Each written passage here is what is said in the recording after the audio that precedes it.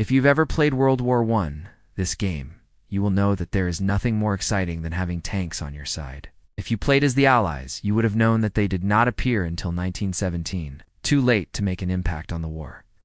However, if you were playing as the Central Powers, you would have seen them coming in 1916. So why did the British invent tanks? And why were they not available at the start of the war? As with many things in this war, it was because of stalemate. As 1915 wore on, it became apparent that neither side could achieve a breakthrough by simply throwing more men at the enemy.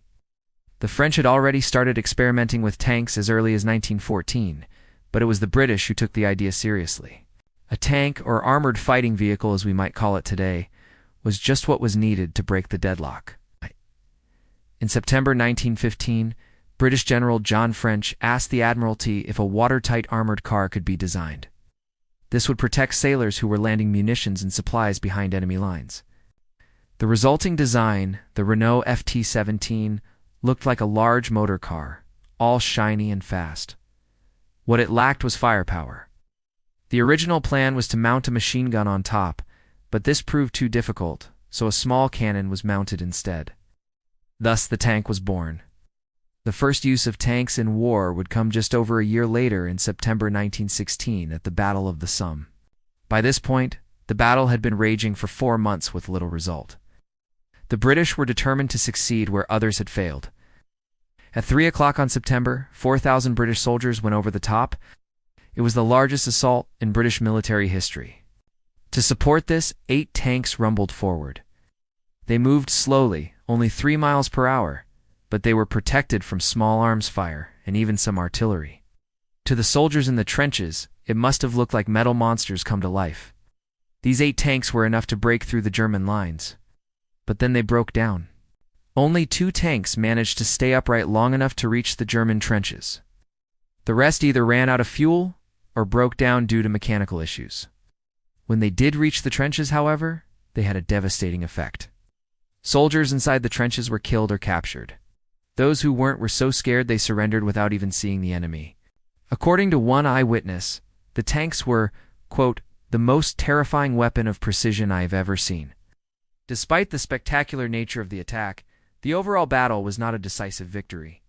The British advance was limited, and the tanks had proven to be unreliable. In fact, after the battle, the British High Command wanted nothing to do with them. Despite this, other units began experimenting with tanks. One such unit was the Tank Corps. Formed in May 1917, here they tested new designs and trained crews for when the tanks eventually became reliable and numerous enough to form their own corps. But why were the tanks so unreliable? The British tanks suffered from 2 major problems. The first was that they were too heavy. The Mark I tank weighed almost 11 tons. This made them impossible to move off-road and extremely hard to manufacture. The second problem was visibility. The driver could only see forwards thanks to a periscope. But the other crew members could only really see out of the top of the tank, limiting their field of view. These early tanks also had a psychological impact on those who saw them. According to one British captain, we knew that there were tanks somewhere in the neighborhood. We did not realize that they were actually fighting. Until we saw them, we could not believe that anything so clumsy could fight well. We fired at them and threw everything we could into them, but nothing seemed to happen. Even German commanders underestimated the threat that the tanks posed. According to one historian, some thought they were merely armored motor cars filled with explosives which the infantry could be ordered to ignore, while others considered them as so cumbersome that they would never be deployed in strength. By the end of the war, several countries were producing tanks, including the United States, France, and Russia. Germany would also deploy its own tanks in 1918, but it was too late to have any real impact on the war. As for the British, their tank force numbered around 1,000 by the end of the war, but they still saw little value in them. It wasn't until 1920 that the name tank was officially adopted and a proper tank force created.